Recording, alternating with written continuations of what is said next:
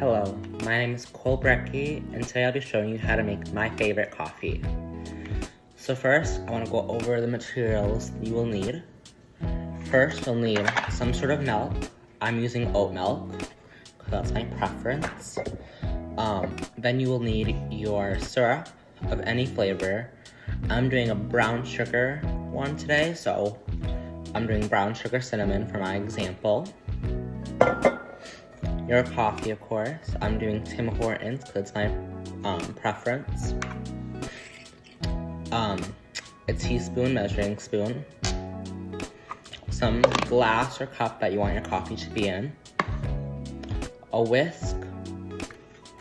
A frother. Your brown sugar, because I'm doing a brown sugar coffee. And then a measuring cup or some sort of container that you can froth with. A few other options for your syrups or flavoring you could do are vanilla, caramel, white chocolate, or brown sugar in my case. You can mix and match with any flavors and switch on my recipe to make whatever flavor that you like the most or whatever drink that you like the most. Your first step is to put your coffee K-cup into your machine. Close it. And I will brew this first so then it cools while I'm working. So I'm gonna do an 8-ounce one. Okay, so once you've brewed your coffee, now you can work on the cold foam. So for the cold foam, I'm gonna do 1 teaspoon of my brown sugar. And then I'm going to fill it to the 2/3 cup line with your milk of choice, in my instance, oat milk.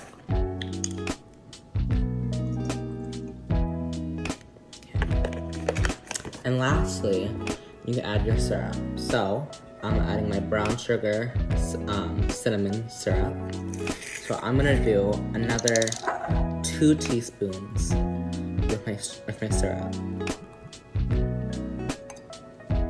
You can add more or less to your preference. I like mine a little stronger, so I'm gonna do a little more. Also, before I froth my coffee, when I'm frothing, I like to rotate my cup on the side and move my frother just so I can get everything really well, as you can see. So, and it should froth up a good amount. Usually I can get mine to froth from the 2/3 cup line to the 1 cup line, but everyone is different and the amount that you use can vary how much cold foam that you will get from the end. Once you have your syrup, milk, and sugar in your cup, I would whisk it, make it all one mixture, so it's all nice and consistent. And then I use my frother, put it in, and froth until it becomes a nice foamy consistency. Now that your cold foam is all whipped, you should be able to see the little line of foam. That's when I stop personally. You can continue to froth and make it a little thicker, but I like it right here. Okay. Now that my coffee is done, I'm gonna do 1 teaspoon of brown sugar into my coffee. And take your whisk and just give it a nice gentle mixture, just so all the clumps are gone and it's all dissolved into the coffee. Now for your coffee again, I add a little bit of oat milk just to cool it down a little bit because I don't like my coffee hot. I do a splash, I kind of eyeball it, but I would guess about 1/4 cup. And then I also do about 2/3 cup to a 1/2 cup of ice just in my coffee to cool it down. And again, obviously, if you want a hot coffee, you skip the step. Or if you want an iced coffee, you can keep it. Okay. Then I take my cold foam and I drizzle it on top.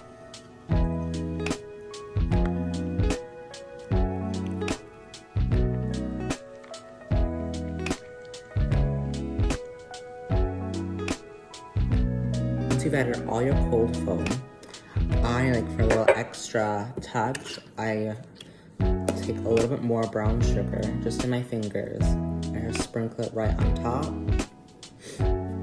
You don't have to do this step, but I like it, so I do it. Now, once you're done, you can either A, leave it, or B, you can mix it and make it more of a traditional iced coffee. I'm gonna mix it today. So I use my whisk and I just mix the coffee and the cold foam together to make sure it's all consistent. And this will also help cool down your coffee so it's not super hot. Now that my coffee is all brewed, I like to clean my coffee maker just to stay on top of it and make sure it's all nice and clean for me. So I'll open the top up, take out my used K-cup. It will be a little hot, so beware. Throw that away. Since my water container is still really full, so I'm not gonna refill it. But I will take out my base. There's a little drain right here. I'll take that off, wash it, and there's a little base at the bottom that'll catch all the excess coffee. So I'll take that out, rinse it off in the sink, and make sure it's all nice and clean, and put it back. Once you've mixed everything and you got everything cleaned up, you are now free to enjoy your coffee.